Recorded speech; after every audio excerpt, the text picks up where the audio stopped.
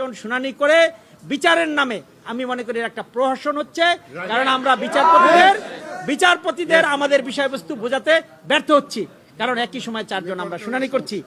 আর যে খরচের বিষয়টা এসেছে, আজকে অনেক আইনজীবী তারা কোর্টে আসেনি, তারা তাদের বৈকালিক চেম্বার, একজন আইনজীবী যেখানে আপনার একটা কিউবিকেলস ব্যবহার করতো, সেখানে তার 5 জন জুনিয়র নিয়ে 5টা রুমে 5টা এসি চালিয়ে তার বৈকালিক চেম্বার সারাদিন খোলা রাখছে।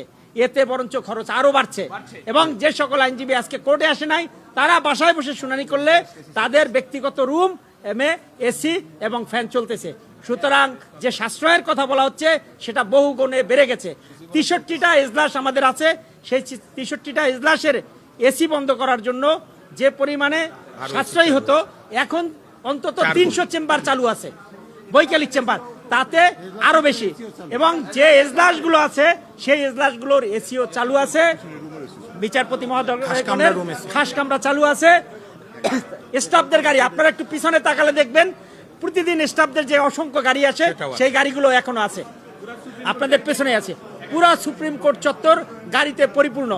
সুতরাং যেই চিন্তা থেকে আমাদের মাননীয় বিচারপতিগণ বা অভিভাবকগণ সিদ্ধান্ত নিয়েছিলেন, আমরা মনে করি আজকে তারা এই বাস্তবতা অনুধাবন করতে পারবেন, এটা রিভাইজ করার সুযোগ আছে।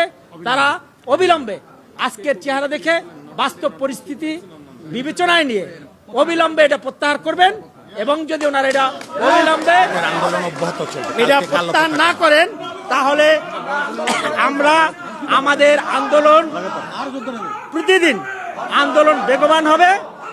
আজকে পরে আজকের মধ্যে আর একটা বিষয় আছে যেটা নিয়ে আমরা আজকেও কথা বলেছি, কজ লিস্ট।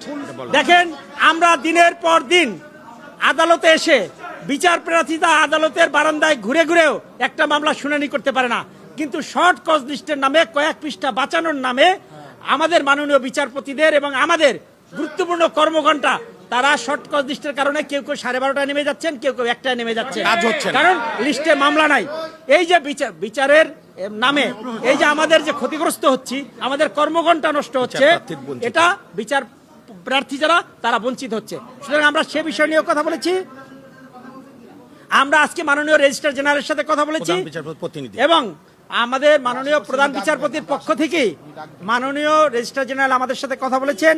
আমরা আমাদের এই কনসার্নগুলো তার সাথে কমিউনিকেট করেছি এবং আমরা বলেছি অবিলম্বে এই সিদ্ধান্ত আপনারা পুনর্বিবেচনা করে প্রত্যাহার করেন। আমরা আজকে যদি এই সিদ্ধান্ত প্রত্যাহার করা না হয় তাহলে আগামীকাল আমরা কালো পতাকা মিছিল